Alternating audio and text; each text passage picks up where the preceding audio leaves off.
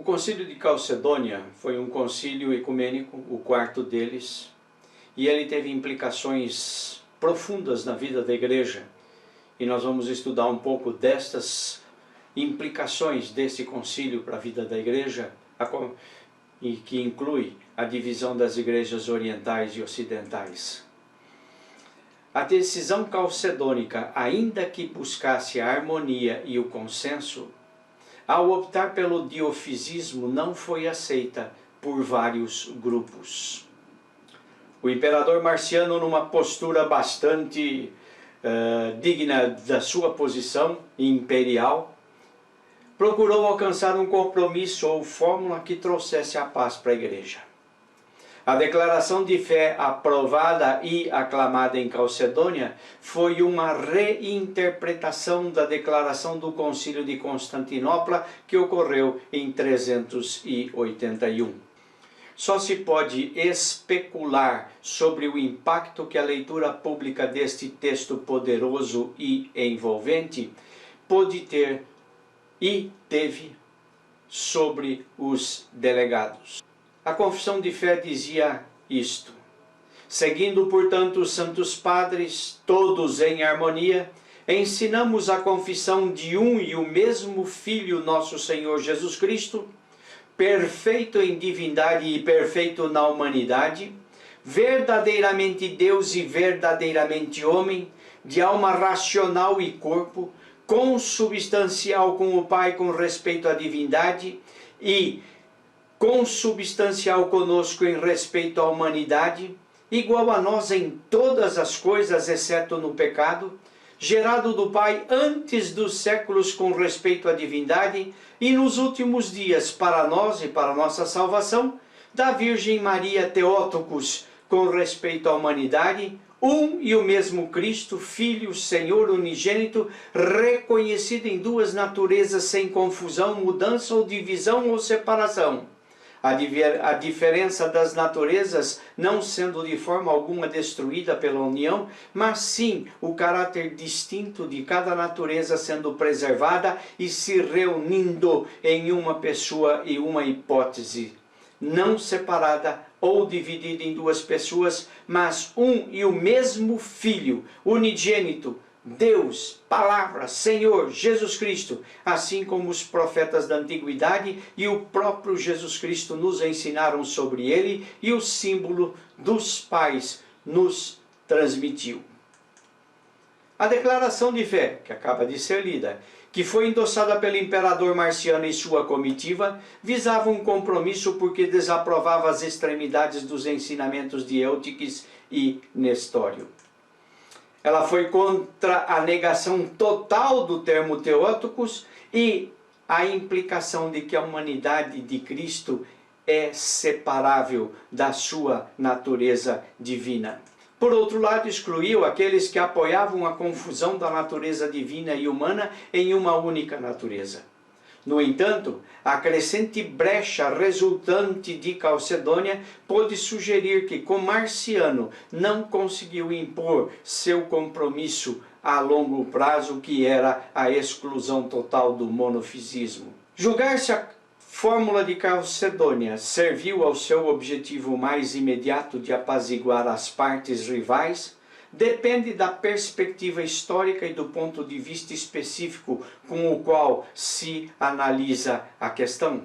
O compromisso do imperador Marciano com o cristianismo foi manifesto em sua apresentação pessoal perante o concílio.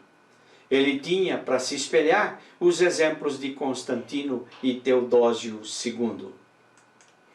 O próprio Marciano não podia saber que seu regime e sua vida terminaria em 6 anos e que gerações de historiadores considerariam seu regime curto e insignificante. É olhando pelo retrovisor da história que se pode afirmar que, não fosse pelo concílio de Calcedônia, o nome de Marciano seria um elemento menor entre os nomes grandiosos dos impérios romano e bizantino. Diante da elite de sua administração e dos chefes da igreja, Marciano tinha toda a motivação e razão para dirigir-se aos súditos com confiança verdadeira ou disfarçada, reservada para aqueles que pretendem permanecer no cenário político por muitos anos. Mas não foi o que poderia ter sido. Marciano não soube usar do simbólico e do comunicacional para fazer valer toda a sua autoridade. Teve seu protagonismo, mas foi menor do que poderia ter sido. Um encontro ecumênico é um acontecimento social cheio dos ideais que moldam a experiência cristã, mas versátil em suas interpretações. Sendo eventos sociais e comunitários, as reuniões personificavam e promoviam o ideal da comunidade cristã como uma mistura de indivíduos em contínuo processo espiritual e meditativo. No Concílio de Calcedônia, Marciano, um imperador cristão e defensor da fé, procurou tornar seu poder manifesto publicamente e buscou ser o catalisador de um processo, fim do qual todos estariam em estado de comunhão espiritual. Ao insistir na sexta sessão que os delegados continuassem suas deliberações apesar do superficial acordo entre as partes, Marciano provou que seu principal interesse era que a comunidade cristã alcançasse concórdia e a ordem genuínas, ao invés de manifestá-las superficialmente. A insistência de Marciano na decisão consensual também aponta para a dinâmica social subjacente às reuniões do Concílio de Calcedônia, que refletia as características de uma reunião da elite. Hierarquia ostentosa, alto nível de formalidade e cerimonialismo. O objetivo consensual era improvável, dado o grande número de delegados, e aponta para uma pré-agenda. Ele tinha cartas debaixo da manga e sua imposição pelos tomadores de decisão, o imperador e sua comitiva. Havia uma rachadura no concílio. Marciano desejava impor sua versão de uma ordem mundial cristã, mas criou atritos ideológicos e religiosos nos séculos vindouros. A elite, composta pelo alto clero e funcionários do Estado, estava engajada nos processos sociais e intelectuais que se desdobravam no ambiente do concílio. A presença de centenas de delegados de menor prestígio foi sentida nas aclamações públicas e na posterior propagação das dissidências eclesiásticas. Quando os delegados voltaram para suas casas em províncias remotas, longe das forças coercitivas das autoridades imperiais, e sentindo-se livres para traduzir o que foi o Concílio de Calcedônia, o fizeram a partir das óticas, experiências e interpretações individuais.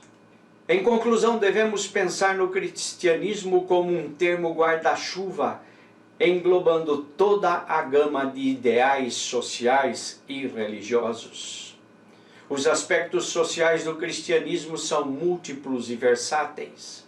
Em suas vertentes mais formalistas e cerimoniais, esses aspectos sociais passaram a ser identificados na sucessão de concílios ecumênicos, que tipificou o cristianismo como um sistema religioso organizado ao longo da antiguidade. Vemos assim que a história da igreja foi sendo construída a partir de situações complexas, complicadas, e que a necessidade de reunião e busca de consenso se fazia necessário e foi frutífera e benéfica para a vida da igreja. Obrigado por ter estado comigo até agora e que Deus nos abençoe nestes cursos.